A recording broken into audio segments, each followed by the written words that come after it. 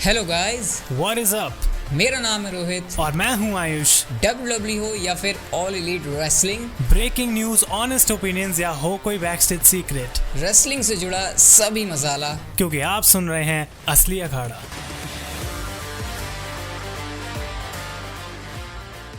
Hello guys, welcome back to Asli Akhada. और मुझे पता है बहुत टाइम के बाद हम लोग वापस आ रहे हैं, लेकिन वो कहते हैं ना, देर आए दुरुस्त आए, वैसा कुछ सीन है। रेसलमेनिया सीजन है तो भाई बहुत सारी बातें आपके साथ शेयर करने के लिए जो मैं वीडियोस के अंदर नहीं कर पा रहा था, ना ही आयुष कर पा रहा था। तो आज इस एपिसोड के अंदर Roman Reigns and Brock Lesnar की जो सारी पढ़ते हैं ना मैच की, winner take all, biggest WrestleMania match of all time, title unification, brand split, कौन जीतेगा कौन हारेगा, क्या ये शौक है, सब कुछ डिस्कस होगा। और एक रिपोर्ट भी आई है बड़ी इंटरेस्टिंग, जिसके ऊपर हम अपनी नज़र डालेंगे कि भाई क्या रेसलमेनिया में टाइटल यूनिफिकेशन के बाद भी 2 टाइटल ही हमको शो के ऊपर देखने को मिलेंगे। तो थोड़ा देर से आए, कोई बात नहीं, अब आपको कंसिस्टेंट सारे एपिसोड्स देखने को मिलेंगे। रेसलमेनिया आ रही है क्योंकि, और भाई असली अखाड़ा पॉडकास्ट है तो भाई मैं अकेला तो हूँ नहीं, आयुष भी हमारे साथ। तो भाई थोड़ा सा मैंने अपोलोजाइज कर दिया, भाई तेरी अपोलॉजी भी बनती है लोगों से। बिल्कुल, क्योंकि रोहित, मैंने अपनी वीडियोस में बोला था, और गाइस एक बार फिर से हम सॉरी कहना चाहेंगे कि पॉडकास्ट नहीं आ पाया रॉयल रंबल के टाइम पे और एलिमिनेशन चेंबर के टाइम। पूरा हमने कोशिश करी थी कि होगा, पर शेड्यूल कुछ ऐसा था कि नहीं आ पाया। पर इस टाइम मैं एक्सक्यूजेज नहीं देना चाहूँगा, ये ज़रूर बोलना चाहूँगा पॉजिटिवली कि रेसलमेनिया और उसके बाद भी अब कंसिस्टेंटली एपिसोड्स आएंगे और कुछ नई नई चीज़ें पॉडकास्ट पे लाने की प्लानिंग भी चल रही है। तो डेफिनेटली रोहित, इंटरेस्टिंग रहेगा। और इससे बेटर कोई चीज़ हो नहीं सकती थी, क्योंकि the most stupendous WrestleMania of all time, the greatest WrestleMania all time, पहले से ही बोल दिया है, जो कि अभी हुई भी नहीं है, वो हमें देखने को मिलेगी। और Roman Reigns versus Brock Lesnar, इस मैच के बारे में हम बात करेंगे। तो जो फर्स्ट पॉइंट है जिसको मैं डिस्कस करना चाहता हूँ यहाँ पे, वो ये है कि भाई क्या एक्सपेक्टेशंस हैं इस मैच से, क्योंकि इसको बोला तो जा रहा है the greatest match, rock versus Austin से भी बेटर ये होगा, Hulk Hogan versus Andre the giant से भी बेटर। क्या थॉट्स हैं इस मैच के बारे में? देख, मुझे तो यही लगता है कि अभी जिस हिसाब से WWE स्टोरी लाइन के ऊपर कम फोकस करने बिलीव करती है और मार्केट करने में, हाइप करने में, बिल्ड करने में ज़्यादा यकीन रखती है, तो मुझे तो अभी ये जो biggest WrestleMania match of all time जो WWE ने इसको टाइटल दे दिया है, शायद ये थोड़ा सा ज़्यादा दे दिया है। मतलब क्या ऐसा क्या ही WWE कर देगी Roman Reigns and Brock Lesnar के बीच में कि ये biggest WrestleMania match of all time वाला इसको टैग दे दिया। मतलब इतने सारे हमने बड़े बड़े मैचेस देखे, लेजेंडरी मैचेस देखे, इतने बड़े बड़े मूवमेंट्स देखे, तो या तो मैं गलत सोच रहा हूँ या फिर तुझे भी ऐसा लग रहा है कि मैं सही सोच रहा हूँ, या WWE एक्चुअल में कुछ इतना बड़ा करने वाली है। बिल्कुल, और यहाँ पे मैं ये भी बोलना चाहूँगा रोहित कि एक मैच ऐसा जो कि हमें पहले इतनी बार देखने को मिल चुका है, अभी रिसेंटली भी हमने देखा था, एक बार फिर से उस मैच को रिपीट करना, तो बहुत सारे लोग ये भी बोल रहे थे कि ये मैच को मेन इवेंट में होना भी नहीं चाहिए, ये WWE चैंपियनशिप का मैच अलग और यूनिवर्सल चैंपियनशिप का अलग होना चाहिए। अब ये सब तो हाइप है, बिल्कुल ये सही बात है रोहित। आई डोंट थिंक कि ये रॉक वर्सेस ऑस्टिन से बड़ा मैच होने वाला है, लेकिन अगर WWE इसको कुछ बढ़िया बनाना चाहती है तो पहली चीज़ आई थिंक हमको ये डिस्कस करनी चाहिए कि इस मैच में होने क्या वाला है। एक तरफ यूनिवर्सल चैंपियन रोमन रेंस, दूसरी तरफ ब्रॉक लेसनर। किस डायरेक्शन में जाएगा ये मैच?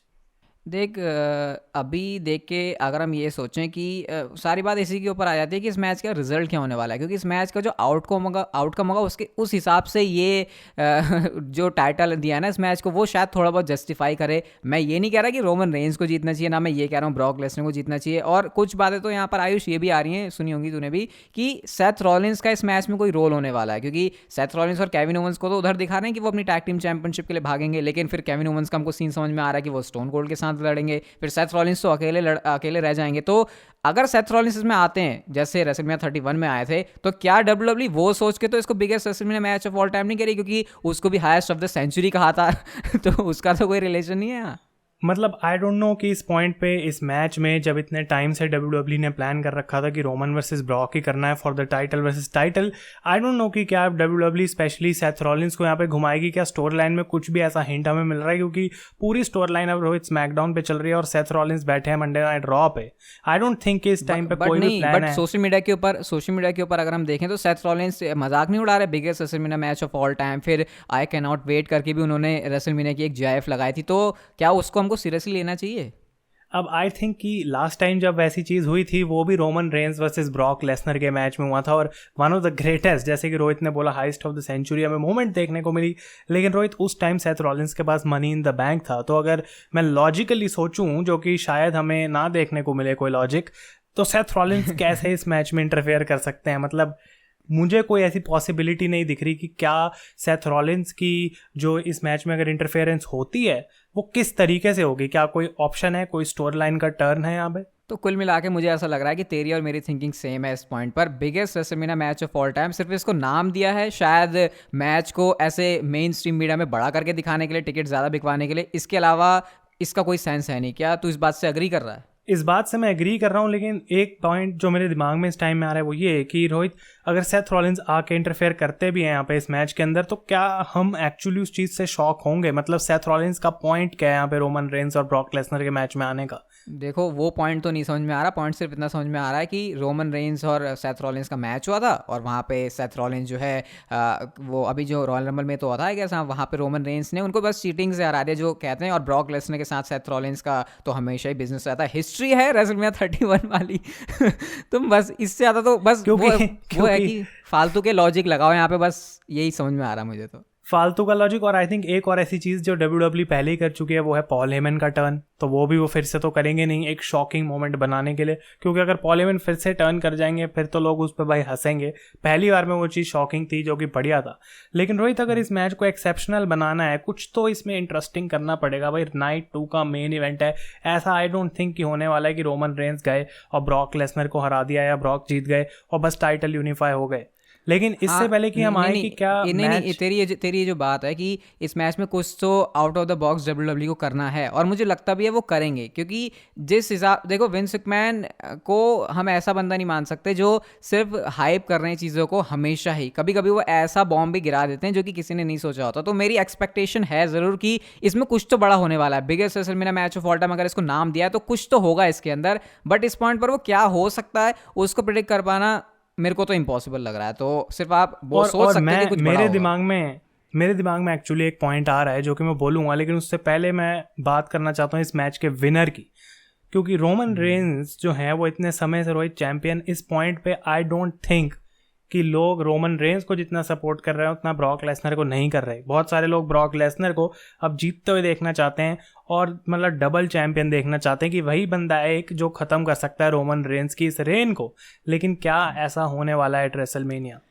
देख, मेरे हिसाब से यहाँ पर 2 पॉइंट हैं। अगर रोमन रेंस को कोई बंदा हराएगा चैंपियनशिप के लिए तो वो छोटा मोटा नाम तो होगा नहीं, और मेरे ख्याल से वो ऐसा नाम भी नहीं होगा जिसको WWE ये सोच के जीता है कि हमारे WWE का फ्यूचर है, क्योंकि फ्यूचर तो खुद रोमन रेंस है। तो मेरे ख्याल से अगर रोमन रेंस किसी से हारेंगे तो शायद वो ब्रॉक लेसनर जैसे सुपरस्टार हो सकता है। और क्योंकि ब्रॉक लेसनर बेबी फेस वाले कैरेक्टर में इतने टाइम से फैंस को पसंद आ रहे हैं, तो कहीं WWE क्या पता ये सोच ले कि भैया रोमन रेंस को थोड़े टाइम के लिए साइड में रखो, अभी ब्रॉक लेसनर वैसे भी UFC MMA के अंदर तो अपना करियर खत्म कर ही चुका है, तो इसको WWE में ही थोड़ा सा ज़्यादा ऐसे सबसे ज़्यादा आगे रख के दिखाते हैं, इसको स्पॉटलाइट में रखते हैं और रोमन रेंस से आगे भी। तो उस लॉजिक के हिसाब से तो ब्रॉक लेसनर का चांस यहाँ पर बन रहा है। बट फिर से लॉजिक वही आता है घुमा फिर आगे कि रोमन रेंस ही हैं जो हैं, तो फिर पलड़ा यहाँ पर मेरे को तो यही लग रहा है कि जो रोमन रेंस है उनका ही भारी है कि वो ब्रॉक लेसनर को हरा के डबल चैंपियन बनेंगे। बट स्टोरी लाइन फिर वो रिपीट करने वाले लगेगी। अभी तक भी तो यही हो रहा है, ब्रॉक लेसनर के सामने रोमन रेंस ही तो हमेशा अपना नाम ऊपर करके चले जाते हैं। सेम चीज़ रेसलमेनिया के अंदर होती है। तो ब्रॉक लेसनर की साइड से देखा जाए तो फिर यहाँ पर चीज़ें सारी बेकार हैं। बिल्कुल रोहित, ये पॉइंट सही है कि रोमन रेंस का ही चांस सबसे ज़्यादा है, लेकिन अगर ब्रॉक लेसनर यहाँ पे चैंपियन वॉकआउट करते हैं तो क्या ये सही टाइम है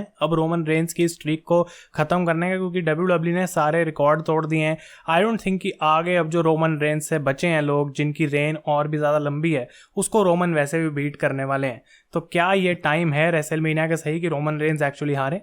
शायद ये एक सही टाइम हो सकता है, क्योंकि ऑलरेडी 500 से ज़्यादा दिन तो हो चुके हैं रोमन रेंस को, या 600 भी हो जाएंगे जब तक पता नहीं, इतना तो लंबा उनको टाइम हो ही चुका है। तो ये सही टाइम भी है क्योंकि सामने ब्रॉक लेसनर है। बट मेरा माइंड नहीं मानने को अभी तैयार नहीं है कि रोमन रेंस अभी भी हारेंगे, पता नहीं क्यों। सही टाइम भी है, मौका दस्तूर सब कुछ है मेरे ख्याल से ब्रॉक लेसनर का। ये पहले वाला ब्रॉक लेसनर है जो कि पार्टनर वाले शेड्यूल पर काम करता था। 10 दिन में 4 बार तो वो WWE के शोज़ पर अपीयरेंस कर देते हैं, पेपर व्यू के अंदर, रॉ के अंदर, स्मैकडाउन के अंदर, फिर से स्मैकडाउन के अंदर। तो सही टाइम है मेरे ख्याल से ये। बट अगेन मुझे डाउट होता है विंस मैकमैन के ऊपर कि क्या वो ऐसा करेंगे। और एक इंटरेस्टिंग पॉइंट यहाँ पे मेरे दिमाग में ये आया है कि रोमन रेंस के बारे में हमेशा मैं यही बोल रहा हूँ जितने भी मैच हो रहे हैं पिछले कुछ टाइम से, कि ये एक ऐसी चीज़ है जो रोमन ने इस रेन के अंदर करी नहीं। जिनमें से एक गोल्डबर्ग को हराना था, ब्रॉक को भी हरा दिया, जॉन सीना को भी हरा दिया। मतलब जो भी उनके अगेंस्ट एक ऐसी हर्डल आई है कि लग रहा था कि हाँ भाई बंदा अब ये नहीं कर सकता। कभी सेथ रॉलिंस को नहीं हराया एक चैंपियनशिप मैच में, वो भी कर दिया जैसे भी किया, but he defeated Seth Rollins. अब एक और ऐसी चीज़ है जो रोमन रेंस ने आज से पहले नहीं करी है अपनी इस रेन में, और वो है to become the double champion in WWE। तो वो एक और ऐसा माइलस्टोन होगा मेरे हिसाब से रोहित जो कि वो कंप्लीट करेंगे। लेकिन आई थिंक कि अगर WWE इसको एक एक्सेप्शनल एंडिंग बनाना चाहती है रेसलमेनिया का, तो उसका एक ही तरीका है, वो मैच के बीच में नहीं बल्कि मैच के बाद में होना चाहिए। और मेरा आइडिया ये है कि जैसे ही रोमन रेंस जीत जाते हैं, ही becomes the double champion, Paul Heyman वहाँ पे उनके साथ सेलिब्रेट कर रहे हैं, बाहर आते हैं द रॉक का म्यूजिक बजता है और वो रोमन रेंस को आके यहाँ पे कन्फ्रंट करते हैं और WWE उस पॉइंट पे हमें दे देती है अपना रेसलमेनिया 39 का मेन इवेंट, जिसका मतलब ये भी हो सकता है कि रोमन रेंस एक और साल तक चैंपियनशिप रखेंगे या फिर किसी भी तरीके से लीड करेगा वो at next year's main event, क्योंकि एक बंदा ही है जो इस हेड ऑफ द टेबल से ऊपर है उस फैमिली के अंदर, and he is the rock. और उनके अलावा I don't think not even Brock Lesnar एक ऐसा सुपरस्टार है जो डिजर्विंगली हरा सकता है। ये एक ऐसा सिनेरियो है जो कि मेरे हिसाब से लोगों को पागल करेगा। ये जो तूने सिनेरियो बोला है ना, ये बहुत सारे WWE के जो दिमाग में चीज़ें चल रही हैं। जैसे अगर रॉक आ गए तो मेरे ख्याल से फिर काफ़ी हद तक लोग कह सकते हैं कि हाँ, ये biggest WrestleMania match of all time का टाइटल इसको देना सही था, क्योंकि आजकल की मतलब इस टाइम के मॉडर्न एरा के अंदर जो जनरेशन चल रही है, रोमन रेंस एंड रॉक से बड़ा मैच कोई हो ही नहीं सकता। फिर क्योंकि कुछ मैच आयुष ऐसे होते हैं जो WWE की ऑडियंस को पसंद आते हैं, कुछ मैच ऐसे होते हैं जो कि कैजुअल फैंस को पसंद आते हैं, कुछ ऐसे होते हैं जो कभी कभी WWE देख लेते हैं, लेकिन रोमन रेंस और रॉक ऐसा मैच होगा मेरे ख्याल से जिसको सारी ही ऑडियंस पसंद करेगी। तो अगर ऐसा एंड में WWE कर रही है, तूने बहुत सही पॉइंट फेंक के मारा है कि अगर रॉक यहाँ पे आते हैं तो फिर वो एक ऐसी चीज़ होगी जो हम कह सकते हैं कि भाई ये तो कुछ अलग ही WWE ने कर दिया। फिर हम कहेंगे कि हाँ, विंस मैकमैन जिस तरीके से हाइप कर रहे थे, बिल्ड कर रहे थे, वो सही था। और हाँ, जो तेरा पॉइंट था कि रोमन रेंस डबल चैंपियन नहीं बना अभी तक, तो वो इस रेन के अंदर भी कर लेंगे, उनके वो काम भी हो गया, एंड में रॉक आ गए, तो भाई विन विन सिचुएशन है। तो और ऊपर से और एक लॉन्ग टर्म रोहित, जो बात हम हमेशा कहते हैं कि WWE की स्टोरी टेलिंग यार कभी लॉन्ग टर्म नहीं होती, एक हफ्ता कुछ, अगले हफ्ते कुछ और, तो ये परफेक्ट सेंस बनाएगा जिस तरीके से रोमन रेंस का कैरेक्टर इतने साल मतलब इतने महीनों से चल रहा है, उसके बाद रॉक का अंदर आना। तो आई थिंक ये probably one of the best scenarios है। और इस पॉइंट को बैकअप करने के लिए एक और चीज़ है रोहित,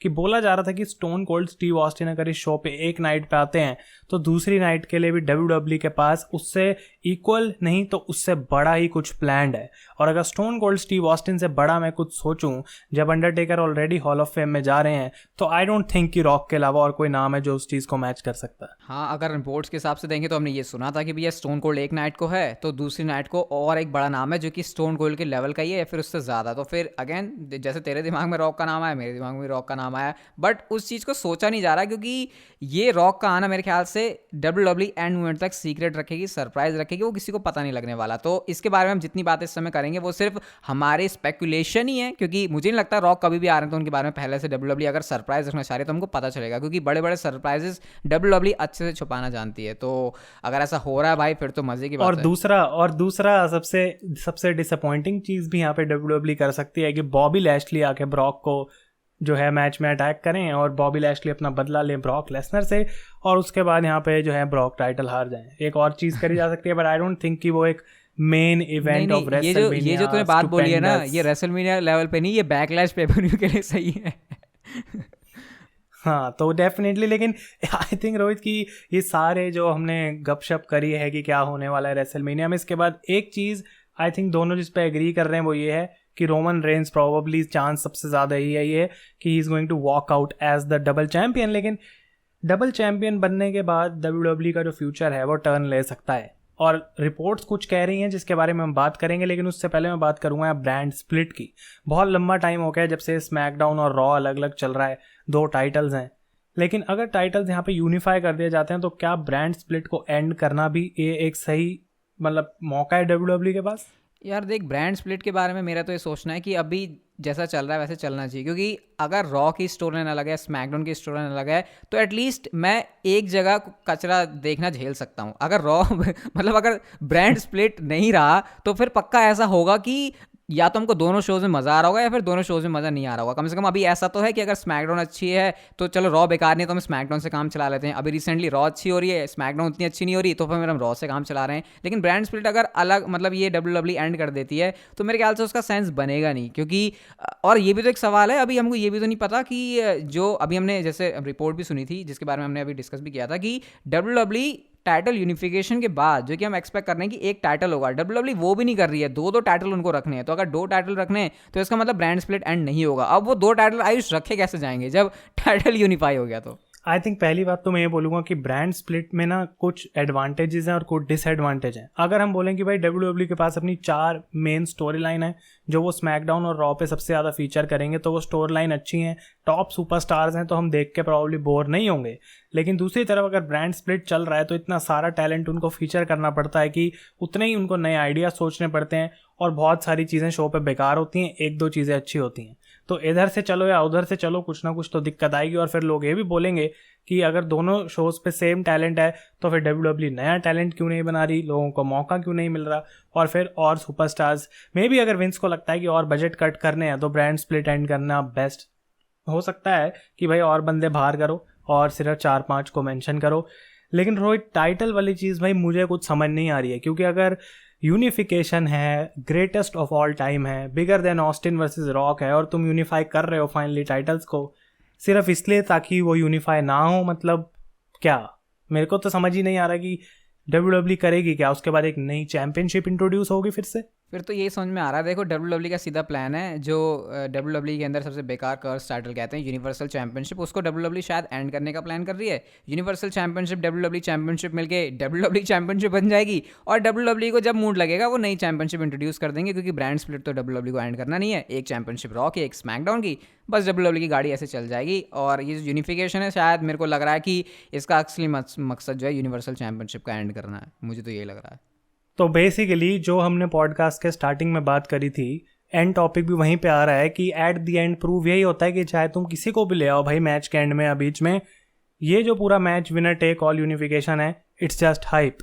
क्योंकि जब बाद में तुम्हारे पास एक ही चैंपियन है और तुम्हें 2 चैंपियन फिर से बना दिए, तो फिर उस मैच का पर्पस ही क्या था। तो आई थिंक कि WWE अगर ऐसा करना चाहती है, जो कि रिपोर्ट्स हैं, हम इसको भी सच नहीं मानेंगे, लेकिन अगर वो करते हैं, एक से वापस दूसरे चैंपियन पे जाते हैं, तो कोई बहुत अच्छा रीज़न उनके पास होना चाहिए, कोई स्टोरी लाइन होनी चाहिए उस चीज़ को दिखाने के लिए। मे भी कोई और बाहर से अपनी चैंपियनशिप ले आए, क्या पता एडम पेज आ जाएं, जो कि मतलब कुछ लोग सोचेंगे कि क्या पता AEW चैंपियनशिप दूसरी चैंपियनशिप हो WWE।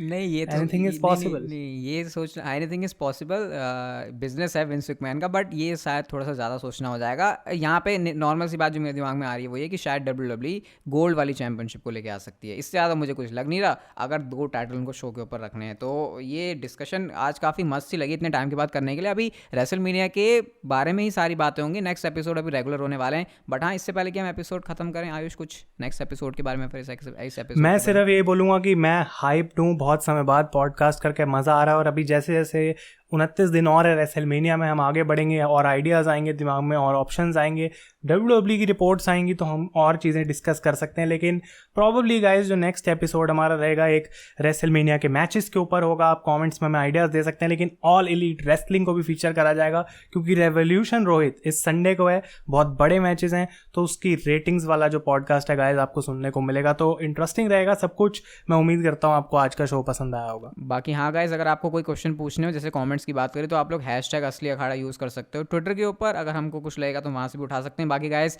आई होप आपको काफ़ी टाइम के बाद एपिसोड अच्छा लगा होगा। मिलते हैं आपसे असली अखाड़ा के नेक्स्ट एपिसोड के अंदर, तब तक के लिए गुड बाय, टेक केयर, अपना ध्यान रखो, और सीधा नेक्स्ट एपिसोड के अंदर बात करते हैं, क्योंकि इट इज़ रेसलमेनिया सीजन।